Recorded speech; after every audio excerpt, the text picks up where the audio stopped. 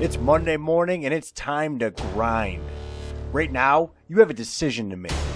Hit snooze and start another week on autopilot down the road to mediocrity, or get your ass up, take control of your life, and grind until you achieve greatness. The choice is yours. Do you have what it takes to grind your way to the top? Hey there, my friends. Welcome back to week 4 of the Monday Morning Grind. This week, we're going to talk about beating procrastination, because this is probably the most detrimental piece to all of our success, is pushing off things that we know need to get done now. In my experience, procrastination usually comes of one of two reasons. One, we have too much going on, and like an old computer, we just freeze, crash, and do nothing. Or two, we tell ourselves a story to justify not taking action. This could be something like, I know the client's going to be upset with this call, so I better wait a little while until things calm down. Regardless of what it is, it's just that, a story. It's not real, and it's only made up in our mind. The good news is, both of these are correctable. So rather than beat ourselves up for what we haven't gotten done, let's look at how we can be better moving forward. Let's start with looking at procrastination due to overload. Because in the 21st century, we all have way too much going on and way too many different ways that people and companies can get in touch with us. Whether it be a text message, a phone call, an email, a push notification, a radio ad, a TV ad. I could go on for a while here. If we are not deliberate about our attention, somebody else will be deliberate for us. What do I mean by that? If we just sit back and do nothing, we're going to fall victim to whatever the new shiny object is that pops up on our phone. Whether it's the latest news push notification, or an email, or a text message, we're constantly going to be chasing that carrot. Let me say that again. If we do not take control of our attention, somebody else will take control of it for us. It's as simple as that. So how do we take control? Good news is, it's very simple.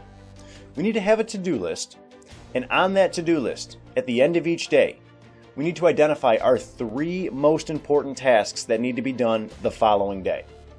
So that now, when I walk into the office tomorrow, no matter how many emails, phone calls, or text messages I get, I have my list already made up, and I know my top 3 that have to get done. Everything else is just background noise. Until those 3 tasks get done, nothing else matters. This brings us to the next part of procrastination, is telling ourselves a story. So now I know what 3 things I have to do. Maybe I'm telling myself, I'm going to hold off on calling Kevin because there was a billing problem and he's going to be very upset about this and I don't want to deal with it.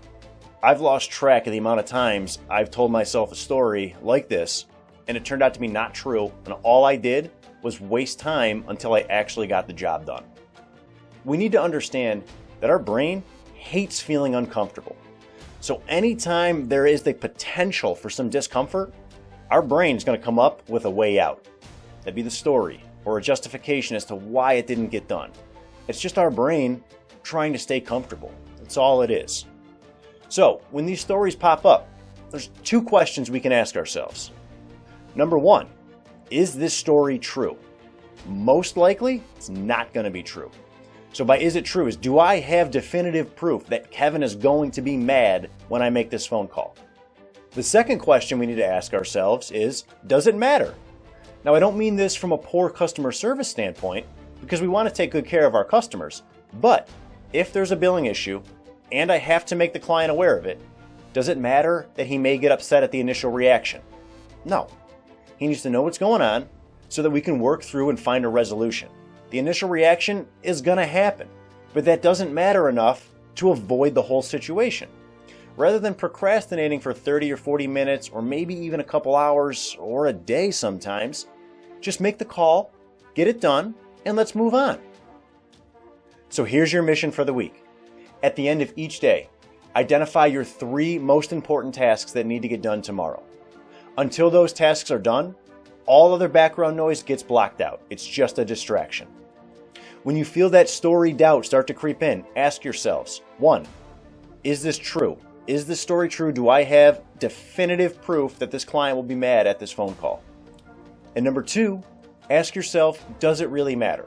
Again, not from a poor customer service standpoint, But from a bigger picture, if there is a billing issue and it needs to get resolved, does the initial 5 to 10 second reaction really matter?